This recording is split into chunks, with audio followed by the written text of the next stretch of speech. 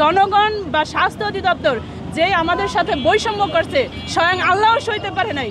আল্লাহ তাআলা আবার পুনরায় সেই করোনা ফিরাইয়ে দিছে। সসম্মানে আমাদের কর্মস্থলে ফিরে যাওয়ার সুযোগ করে দেখ। আমরা তো স্বাস্থ্য সেবার কাজ ছাড়া অন্য কোনো কাজ পারি না।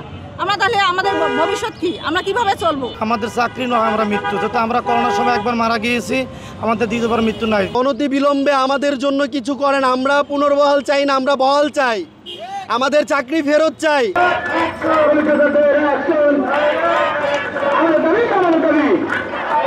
আমরা বিগত 2020 সাল থেকে করোনা সেবা দিয়ে আসছি।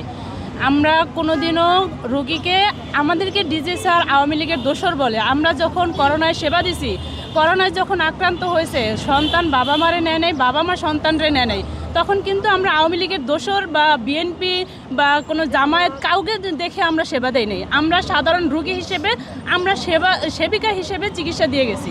সেখানে আমাদেরকে 2 মাস 4 মাস 6 মাস বছর বছর করে আমাদেরকে বাড়ায়া 2024 সাল পর্যন্ত আনাইছে। আমাদের জনবল যথেষ্ট শিক্ষিত এবং যথেষ্ট প্রতিষ্ঠিত। প্রতিটা জনবল এই চাকরিতে যখন জয়েন করছে, তখন 3 মাস 6 মাস পর পর আমাদেরকে বলছে যে বাবা, তোমাদের মেয়াদ বাড়ায় দিচ্ছি, তোমরা চাকরি করো, তোমাদেরকে ভবিষ্যতে ভালো একটা কিছু করা হবে, তোমরা একটা ভালো পর্যায়ে চলে যেতে পারবে।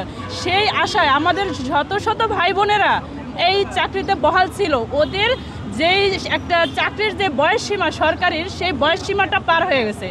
এই স্বাস্থ্য অধিদপ্তর যদি আমাদেরকে এই আশ্বাস না দিত, তাহলে আমাদের ভাই বোনেরা অন্য কোথাও চাকরিতে জয়েন করতো, অ্যাপ্লাই করে ওরা ওদের জীবনটা প্রতিষ্ঠিত করতে পারতো।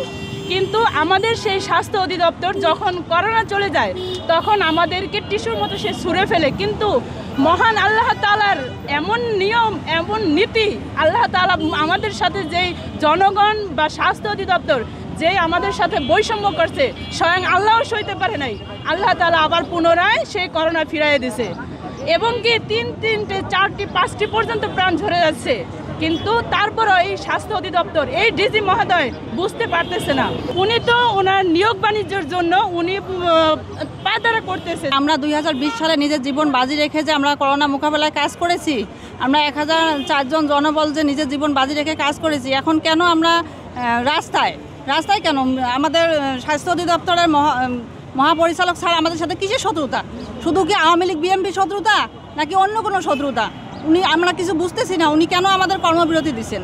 আমরা 4 বছর চাকরি করার পরে দীর্ঘ 5টা মাস ডিউটি করেছি। এখন আমাদের 5 মাসের স্যালারি পর্যন্ত ওনারা আটকে দিচ্ছে। 2টা ঈদ গেছে, আমরা নিজের সন্তানদের ভালো জামা কাপড় কিনে দিতে পারি নাই, খাওয়াইতে পারি নাই। 1004 জন জনবল যে আমরা আছি, সবার বাবা মা ভাই বোন মিলে প্রতিটা পরিবারে 5-6 জন করে সদস্য আছে, সবাই এই ভুগতেছে। সসম্মানে আমাদের কর্মস্থলে ফিরে যাওয়ার সুযোগ করে দেখ। সন্তান, আমার নিজেকে দায়িত্ব নিতে হয় আমার সংসারের, তাহলে এই দায়ভার কে নিবে? ডিজি মহোদয় স্যার কি আমাদের এই দায়িত্ব নিবে আমাদের সংসারের? আমরা এখন কোথায় যায় দাঁড়াবো? আমরা তো স্বাস্থ্য সেবার কাজ ছাড়া অন্য কোনো কাজ পারি না। আমরা তাহলে আমাদের ভবিষ্যৎ কি? আমরা কিভাবে চলবো? ওয়ালটন আবারও মিলিনিয়ার অফারে ওয়ালটন ফ্রিজ কিনে আপনিও হয়ে যেতে পারেন মিলিয়নিয়ার। মিলিনিয়ার ছড়াছড়ি দেশ জুড়ে, এটা শুধু ওয়ালটনই পারে। 3টা দাবি। 1 নম্বরে আমাদের চাকরি স্থায়িত্ব করতে হবে, যেহেতু আমরা অভিজ্ঞ জনবল, আমরা দেশের মানুষকে সেবা দিতে চাই। 2 নম্বর দাবি, আমাদের 2025 সাল থেকে এই পর্যন্ত 20 সাল থেকে এই পর্যন্ত কাজ করতেছি। আমাদের 2025 সালে এখন পর্যন্ত আমরা 1 টাকাও বেতন পাইনি, আমরা অনাহারে আছি। 2 নম্বর দাবি, আমাদের বেতন চাই। 3 নম্বর দাবি, যেই স্থানে আছে এই স্থানে চাকরি বহাল করে স্থানান্তর করা চাই। আর যদি আমাদের দাবি না মানা হয়, আজকে আমরা এখানে কর্মসূচি পালন করতেছি, আমাদের দাবি না মানতে আমরা এখানে থাকবো। আর আমরা যদি দাবি না মানতে হয়, দাবি না মানলে আমরা এখান থেকে যমুনা লং মাসে কর্মসূচি পালন করবো। ঠিক না হয় আমাদের চাকরি নয়, আমরা মৃত্যু। যেহেতু আমরা করোনার সময় একবার মারা গিয়েছি, আমাদের দ্বিতীয়বার মৃত্যু নাই। 2টা করে ঈদ আমরা পালন করতে পারি নাই। আমরা এখনও নির্দ্বিধায় সেবা দিয়ে যাচ্ছি। আর ডিজি মহোদয়ের অবহেলার কারণে, সে নিয়োগ বাণিজ্য করার কারণে আমাদেরকে ছুঁড়ে ফেলে দিচ্ছে। সে কনফারেন্স করে বলতেছে মেসুল হয়ে গেছে, অথচ আমাদেরকে আমরা 3-4 বার 5 বার করে তার পা ধরে বলতেছি, আমরা এখানে আন্দোলন করতেছি যে আমাদেরকে চাকরি বহাল করেন।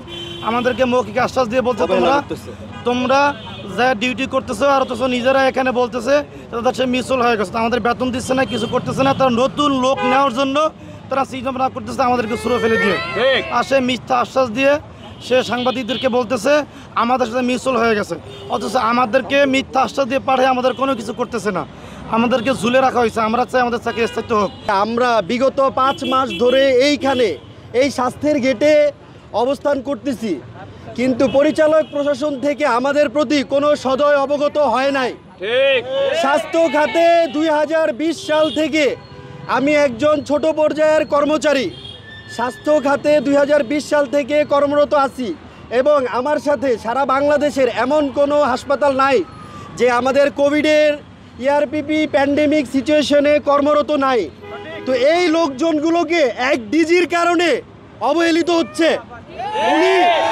উনি 87 বছর বয়সে ওনার এক্সটেনশন হয়, আর স্বাস্থ্য খাতে দক্ষ জনবলের অভাব, আমাদের এক্সটেনশন হয় না। অনতি বিলম্বে আমাদের জন্য কিছু করেন। আমরা পুনর্বহাল চাই না, আমরা বহাল চাই, আমাদের চাকরি ফেরত চাই। আমরা দক্ষ জনবল, আমি একজন স্কিল ওয়ার্কার, অথচ আমাকে ছুঁড়ে মেরে টিস্যুর মতো ফেলে দিচ্ছে, অথচ আমি আমার জীবনের সর্বোচ্চ দিয়ে দেশের মানুষের সেবা দিয়ে আসছি করোনা থেকে।